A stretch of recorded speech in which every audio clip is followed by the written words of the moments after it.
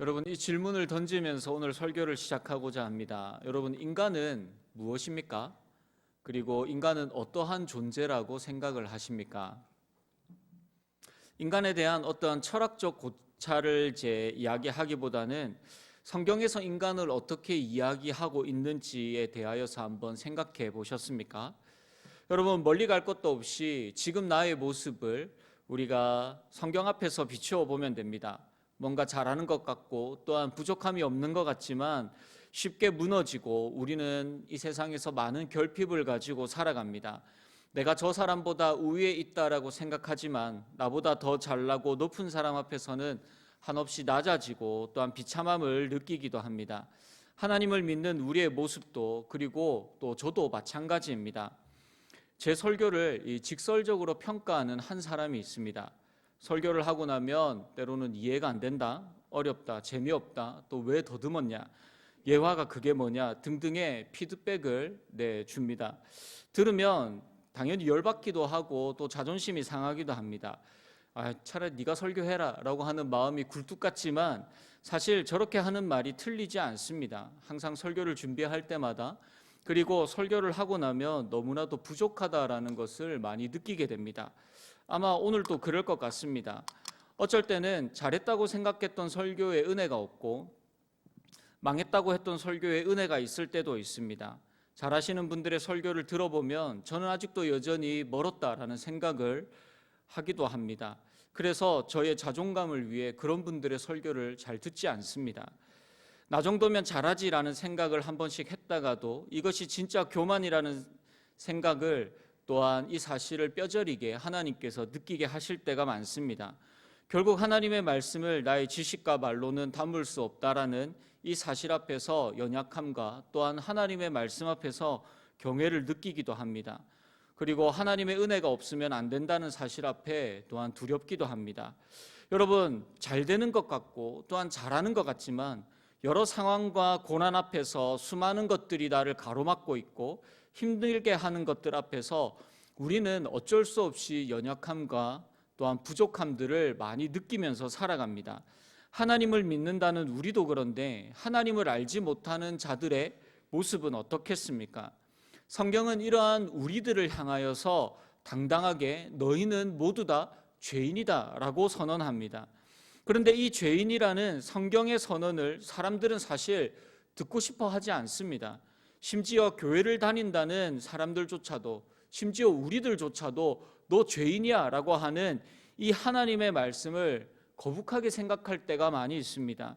오늘 본문 12절 말씀을 보시면 이렇게 말씀하고 있습니다. 그러므로 한 사람으로 말미암아 죄가 세상에 들어오고 죄로 말미암아 사망이 들어왔나니 이와 같이 모든 사람이 죄를 지었으므로 사망이 이 모든 사람에게 이르렀느니라. 한 사람의 죄로 모든 사람이 죄를 짓게 되고 또한 그래서 모든 사람들이 사망에 이르렀다라고 이야기하는 것, 사람을 향한 이것이 사람을 향한 성경의 공식적인 입장입니다. 그렇다면 여러분, 여기에서 죄를 지은 한 사람이 누구입니까? 14절을 보시면 그러나 아담으로부터 모세까지 아담의 범죄와 같은 죄를 짓지 아니한 자들까지도 사망이 왕노릇하였나니 아담은 오실 자의 모형이라 라고 말씀하고 있습니다. 아담의 죄로 인하여서 이 모든 일들이 벌어졌다, 일어났다라고 합니다. 여러분, 원래 사람은 죄인이 아니었습니다. 하나님은 사람을 창조하실 때에 하나님의 형상에 따라서 사람을 창조하셨다라고 우리에게 말씀하셨습니다. 하나님의 형상대로 사람을 창조하셨다는 것은 우리 안에 하나님의 아름다운 형상에 따라서 아름다운 속성들이 우리 가운데 심겨져 있는 아름다운 존재라는 것입니다.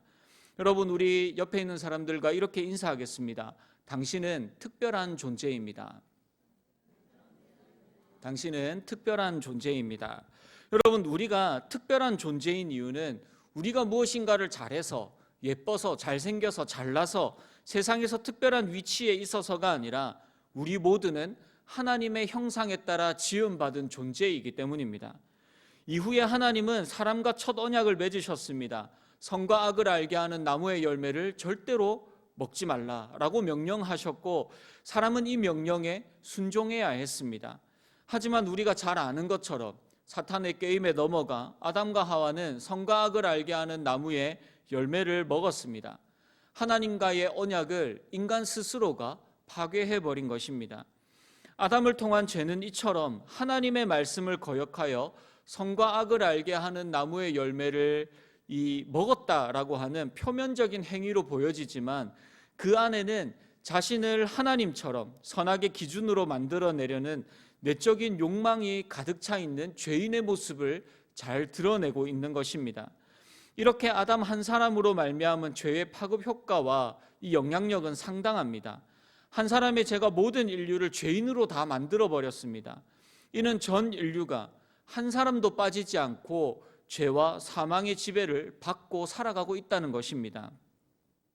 그런데 우리는 이러한 아담의 대표성의 원리를 인정하려고 하지 않습니다. 아담이 지은 죄를 쥐가 했지 나는 모른다라고 그렇게 이야기하기도 하고, 나는 내가 살아보니까 나의 모습은 그 정도는 아니야 라고 생각하기도 하고, 또한 이 성경의 이러한 이야기들을 부정하기도 합니다. 하지만 그렇게 생각한다고 해서, 그렇게 내가 나 스스로를 그렇게 이야기한다고 해서 죄가 없어지는 것도 또한 감형되어지는 것도 아닙니다.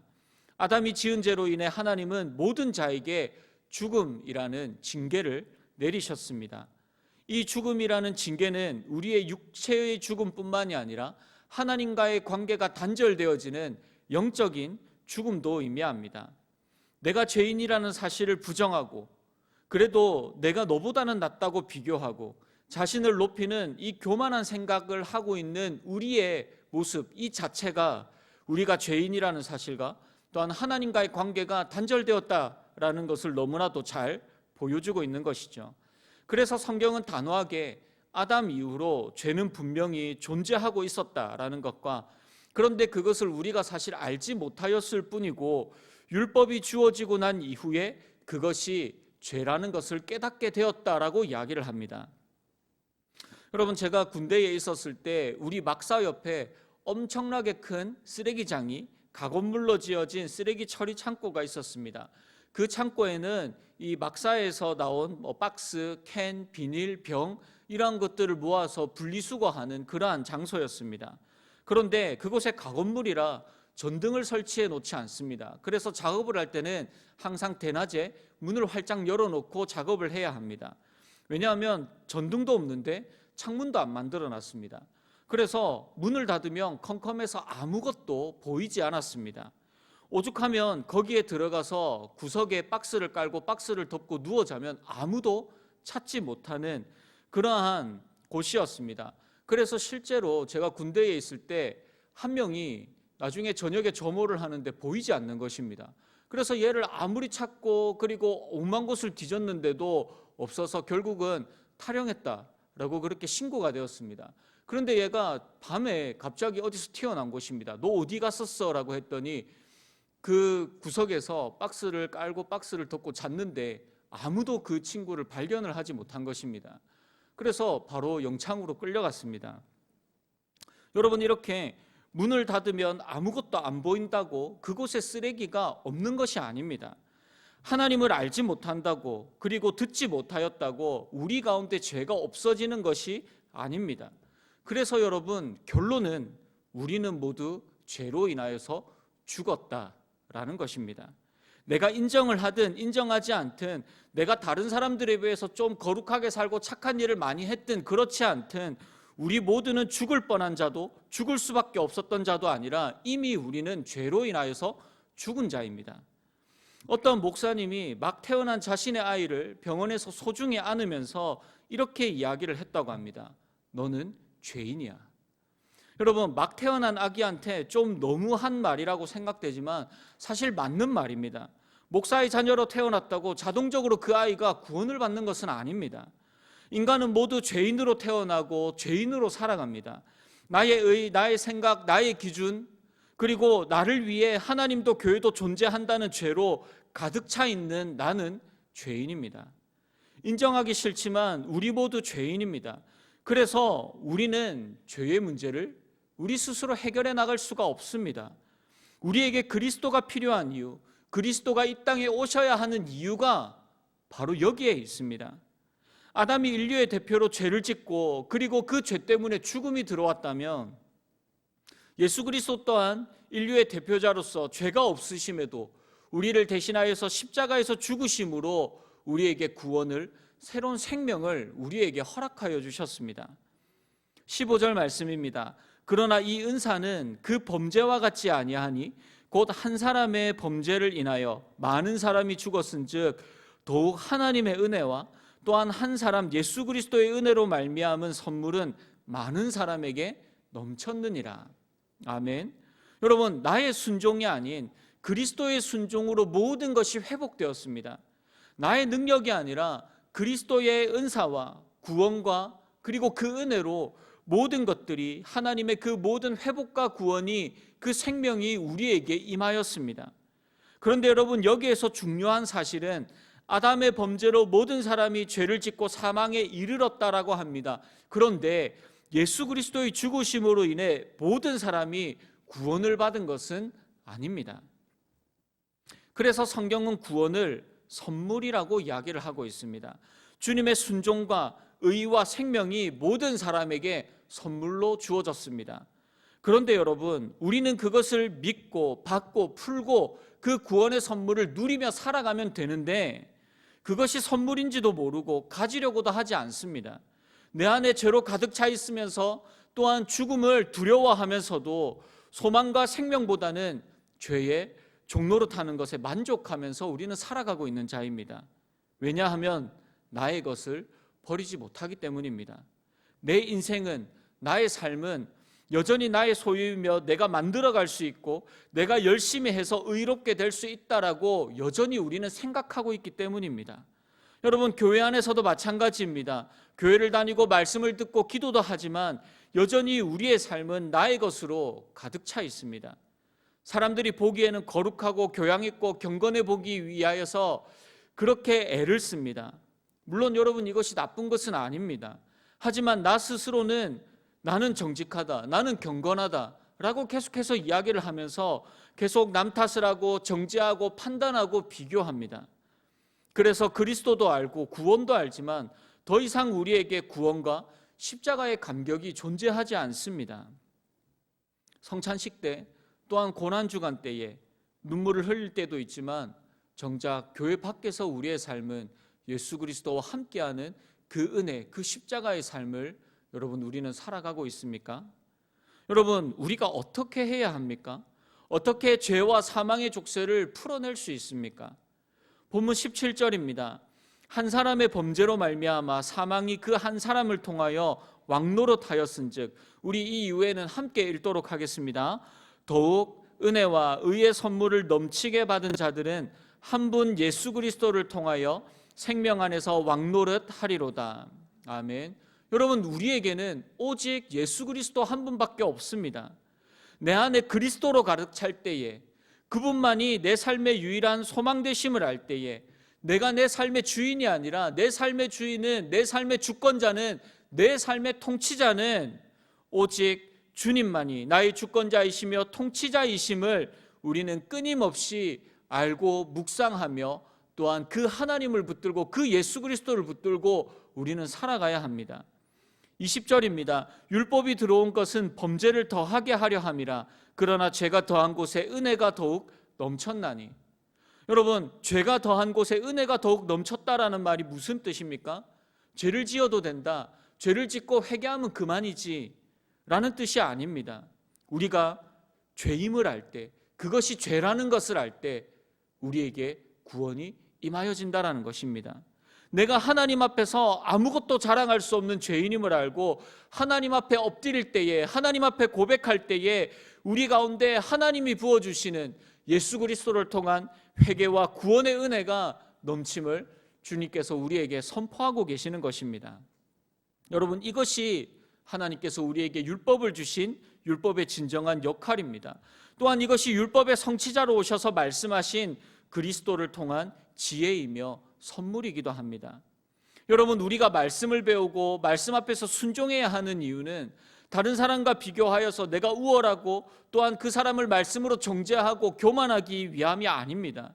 말씀에 우리를 계속해서 비추어 나가지 않으면 우리 스스로를 하나님 앞에서 의인이라고 자부하며 교만할 수밖에 없는 자이기 때문입니다. 내 안에 나로 가득 차 있음을 철저하게 말씀으로 비추고 나를 십자가로 죽이고 또한 그리스도로 채워나가야 합니다.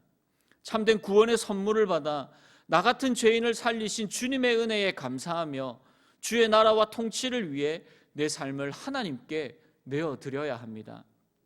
전에 저희 할머니께서 많이 부르셨던 찬양 중에서 세상에서 방황할 때라는 찬양이 있습니다. 여러분 혹시 아시는가 모르겠습니다. 세상에서 방황할 때 나 주님을 몰랐네. 내 맘대로 고집하여 온갖 죄를 저질렀네. 예수여 이 죄인도 용서받을 수 있나요? 벌레만도 못한 내가 용서받을 수 있나요? 여러분 요즘 이러한 찬양을 찾아보기가 너무나도 힘이 듭니다. 왜냐하면 우리 안에 나는 이 정도면 잘 살고 있고 그 정도 죄인은 아닌데 라고 만족하면서 살아가는 시대이기 때문입니다. 여러분 벌레만도 못한 나 같은 죄인도 주님 용서받을 수 있습니까? 라고 하는 이 고백이 주님을 향한 진정성을 담고 주님 앞에 엎드려 고백하며 회개하는 우리의 삶의 고백이 되어지고 계십니까? 나를 위해 십자가에서 고난당하시고 죽으신 예수 그리스도의 십자가가 우리에게 당연한 것이 아니라 내가 누릴 수 없는 큰 은혜이며 큰 사랑이며 또한 생명인 것이 내 삶의 가장 큰 간절하고 소중한 선물임을 여러분 확신하면서 살아가고 계십니까? 우리에게 그리스도를 통한 복음의 감격이 생명 안에서 나의 왕이 되시는 주님이 내 삶의 대표가 되는 믿음의 고백이 흘러넘치기를 주님의 이름으로 소원합니다. 말씀을 정리하겠습니다. 우리는 왜 하나님을 믿는다고 하면서 여전히 죄 가운데서 살아가고 있습니까? 에베소서 4장 22절에서부터 24절 말씀을 보시면 이렇게 말씀하고 있습니다. 너희는 유혹의 욕심을 따라 썩어져가는 구습을 따르는 옛 사람을 버리고 오직 너희의 심령이 새롭게 되어 하나님을 따라 의와 진리의 거룩함으로 지으심을 받은 새 사람을 입으라. 우리 안에 항상 옛 사람과 새 사람이 충돌하고 있다, 싸우고 있다라고 합니다. 여전히 우리 속에 죄의 잔재들이 남아서 우리를 넘어뜨리고 하나님과 멀어지게 하려고 합니다. 우리는 새 사람의 옷을 입었지만 여전히 유혹의 욕심을 따라 썩어져가는 구습을 따라서 그 습관에 따라서 살아가고 있습니다. 그래서 남을 정죄하고 판단하고 미워하고 나를 자랑하고 내가 높아지려고 합니다. 어느덧 그리스도의 구원과 십자가의 감격이 아니라 지식과 구원의 안전장치가 되어져 버렸습니다. 그럼에도 주님은 우리에게 또 그것이 아니라고, 그렇게 살아가서는 안 된다라고 우리에게 말씀하고 계십니다. 깨닫게 하시고 또한 그것을 듣게 하십니다. 여러분, 알게 하시고 회개하게 하시는 것 또한 우리에게 부어주시는 하나님의 은혜입니다. 내 안에 나의 것이 아닌 그리스도의 사랑이 넘치며 생명이 넘칠 때에 나의 상황과 환경이 바뀌지 않아도 어느 환경과 어느 순간에도 감사와 사랑과 감격으로 우리는 살아가게 됩니다.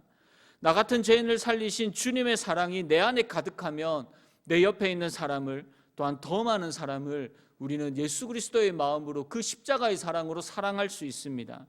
지금 여러분들 속에 무엇으로 가득 차 있습니까? 또한 무엇을 더 얻기 위하여 주님의 이름을 부르고 찾고 있습니까? 하나님이 우리에게 주실 십자가의 축복과 은혜 말고 주실 새로운 것은 우리에게 없습니다. 왜냐하면 이미 예수 그리스도의 그 생명으로, 그 십자가로 우리는 이미 충분하고 완전하기 때문입니다. 내가 주님 앞에 완전한 죄인임을 깨닫고 고백함으로 십자가의 은혜로 깨닫고 그 은혜로 그리스도를 묵상하며 하나님으로 내 삶을 채워감으로 죄와 사망의 결박과 유혹의 욕심과 또한 썩어져가는 구습이 아니라 영원토록 우리와 함께 하시겠다라고 약속하시는 그 주님의 사랑으로 우리의 삶을 끊임없이 채워나가는 사랑하는 저와 여러분들이 되기를 주님의 이름으로 축복합니다.